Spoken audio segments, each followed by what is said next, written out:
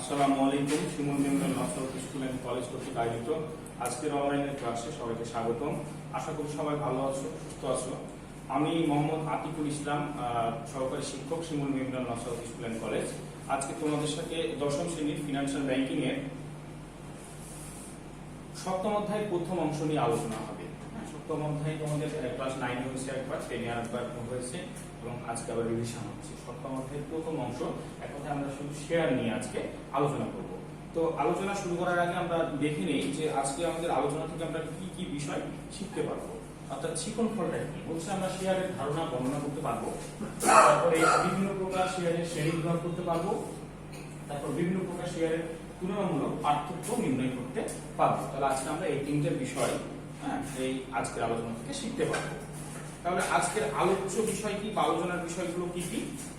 আজকের আলোচনার বিষয়ে প্রথমে আমরা শেয়ারের ধারণা আলোচনা করব, তারপরে সাধারণ শেয়ারটা আলোচনা করব, অগ্রাধিকার শেয়ার সেটা আলোচনা করব, বিলম্বিত শেয়ার আলোচনা করব, রাইট শেয়ার এবং বোনাস শেয়ার। এক কথায় আমরা শেয়ারের ধারণা নিব এবং যে 5 প্রকার শেয়ার আমরা এখানে দেখতে পাচ্ছি সেই 5 প্রকার শেয়ার তোমাদের সাথে আলোচনা করব।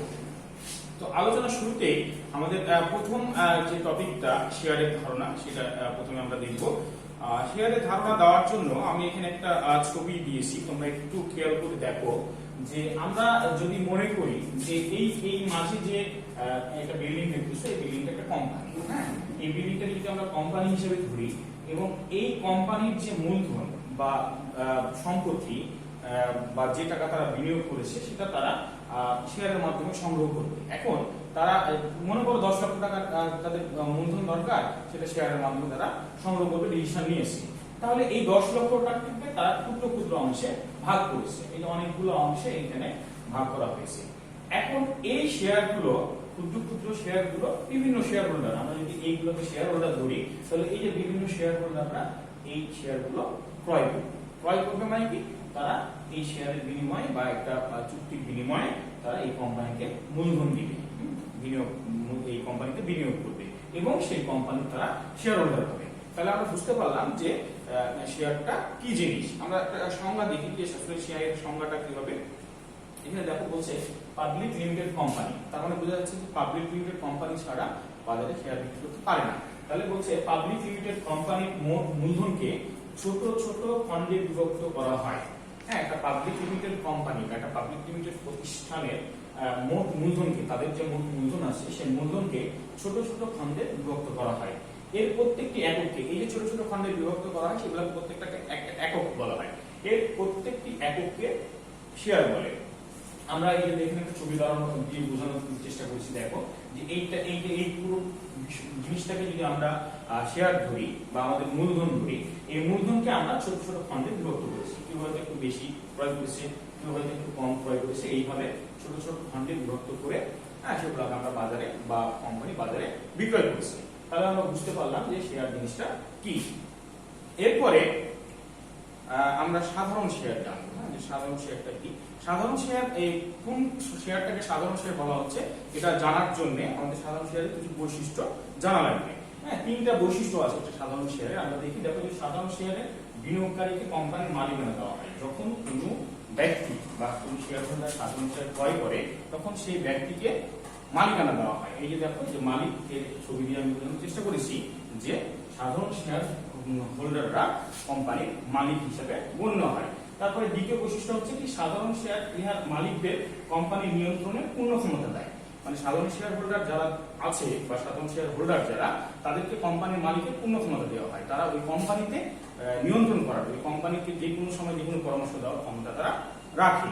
আরেকটা বৈশিষ্ট্য কি, সাধারণ শেয়ার সহজে হস্তান্তরযোগ্য। আমি যদি সাধারণ শেয়ারটাকে হস্তান্তর করতে চাই, মানে আমি যে সাধারণ শেয়ারটা ক্রয় করেছি এটা যদি কারো কাছে বিক্রি করতে চাই, তাহলে সেটা বিক্রি করা যাবে। তাহলে এই তিনটা হচ্ছে সাধারণ শেয়ারের বৈশিষ্ট্য। এই তিনটা বৈশিষ্ট্য একটা শেয়ারের মধ্যে যদি থাকে তাহলে আমরা বলবো এটা সাধারণ শেয়ার।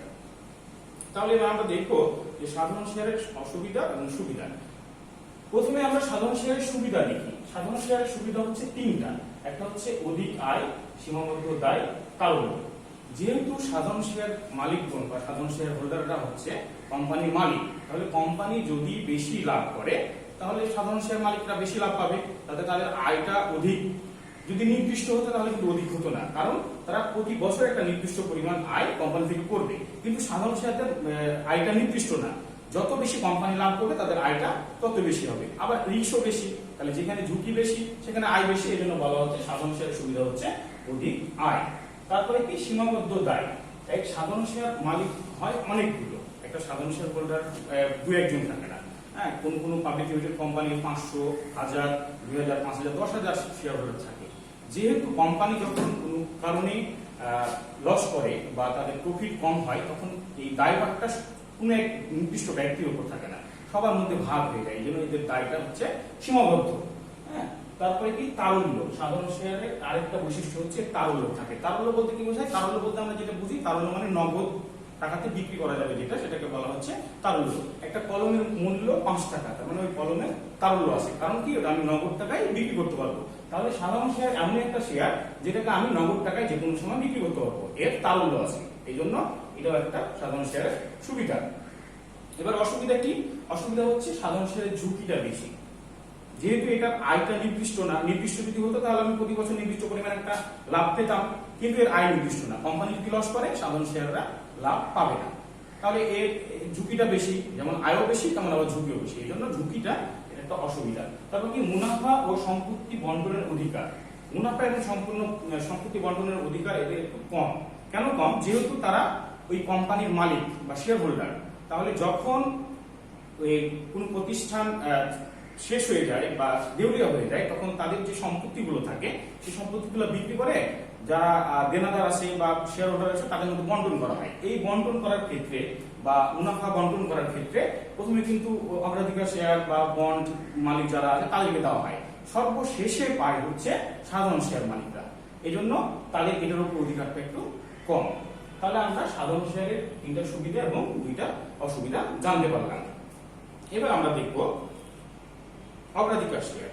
অগ্রাধিকার শেয়ারটা বোঝার জন্য আমাদের 2টা বৈশিষ্ট্য দেখা লাগবে। একটা হচ্ছে অগ্রাধিকার শেয়ার মালিকদের কোম্পানির পুরোপুরি মালিক বলা হয় না, মালিকানা দেওয়া হয় না। আমরা যেমন সাধারণ শেয়ার দেখলাম যে সাধারণ শেয়ার হোল্ডাররা হচ্ছে কোম্পানির মালিক, কিন্তু অগ্রাধিকার শেয়ারকে কোম্পানির মালিক বলা হয় না। তারপরে কি অগ্রাধিকার শেয়ার একটি নির্দিষ্ট সময় পর সাধারণ শেয়ারে রূপান্তর করার বিকল্প সুযোগ থাকে।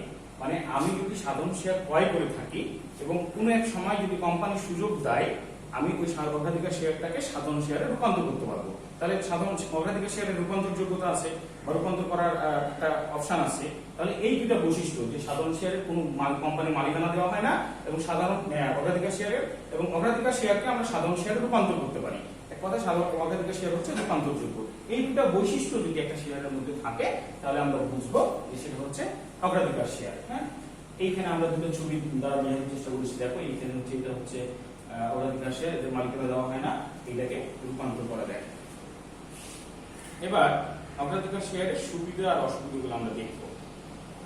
প্রথমে আমরা সুবিধায় আসি। দেখো হচ্ছে নির্দিষ্ট হারে আয়।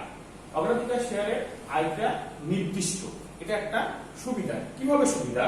যে কোম্পানি কোনো সময় যদি তার প্রতিষ্ঠানের লস করে, তাহলে কিন্তু সাধারণ শেয়ার মালিক যারা, তারা কোনো মুনাফা বা প্রফিট পায় না। কিন্তু অগ্রাধিকার শেয়ার মালিক যারা, কোম্পানির লস করুক আর লাভ করুক, কত টাকা লাভ করতেছে সেটা দেখার বিষয় নাই, নির্দিষ্ট পরিমাণ আয় একটা এই অগ্রাধিকার শেয়ার মালিকরা পাবে। তাহলে এটা একটা সুবিধা, যে রিস্ক কম, ঝুঁকি কম। হ্যাঁ, এটা একটা সুবিধা। তারপরে কি মুনাফার উপর অগ্রাধিকার।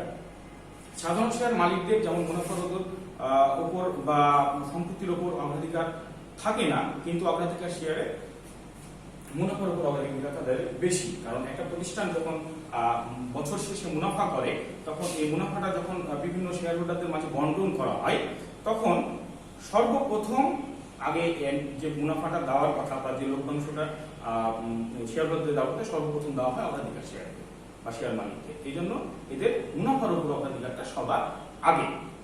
এই জন্য যেহেতু তাদের অগ্রাধিকার, মুনাফার উপর অগ্রাধিকার বেশি, এই জন্য এই শেয়ারকে অগ্রাধিকার শেয়ার বলা হয়। তারপর কি সম্পদের উপর দাবি। হ্যাঁ, যেমন মুনাফার উপর তাদের দাবি সবার আগে, তেমন এই সম্পদের উপর দাবিও তাদের সাধারণ শেয়ারের চাইতে আগে। হ্যাঁ, এই জন্য এই 3টা হচ্ছে অগ্রাধিকার শেয়ারের সুবিধা। এবার আমরা দেখব অসুবিধা। অসুবিধা কি, ভোটাধিকার থাকে না। যেহেতু অগ্রাধিকার শেয়ার মালিকরা কোম্পানির ঋণদাতা হিসেবে বা তাদেরকে ধার দেওয়া হয়, এইরকম একটা ব্যক্তি হিসাবে ওদেরকে গ্রহণ করা হয়, সেহেতু এদের ওই কোম্পানির কোনো ভোটাধিকার দেওয়ার ক্ষমতা থাকে না। তারা ওই কোম্পানিকে কোনো পরামর্শ দিতে পারবে না, তারা বলতে পারবে না যে আপনারা যে পথে আগাচ্ছেন এই পথটা ঠিক না, আপনি এই পথে যান। কোম্পানি কোন পথে যাবে, কোন টেকনিকে চলবে, সেটা কোম্পানির নিজস্ব ব্যাপার। এইখানে অগ্রাধিকার শেয়ার মালিকদের কিছু বলা থাকে না, বা তারা কোনো পরামর্শ দেওয়ার ক্ষমতা তাদের থাকে না। এটা একটা অসুবিধা।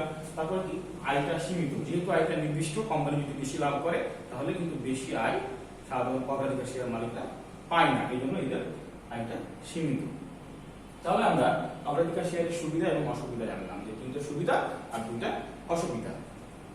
এরপরে আমরা যেটা দেখবো সেটা হচ্ছে আরো যে 3টা শেয়ার আছে সেই শেয়ারটা কি কি। প্রথমে আসি কি, বিলম্বিত শেয়ার। বলছে যে শেয়ার ক্রয় করলে শেয়ার মালিকগণ অন্যান্য সকল প্রকার শেয়ার মালিকদের লভ্যাংশ কর্তনের পর আনুপাতিক হার লভ্যাংশ পায়, অর্থাৎ বিলম্বে পেয়ে থাকে, তাকে বিলম্বিত শেয়ার বলা হয়।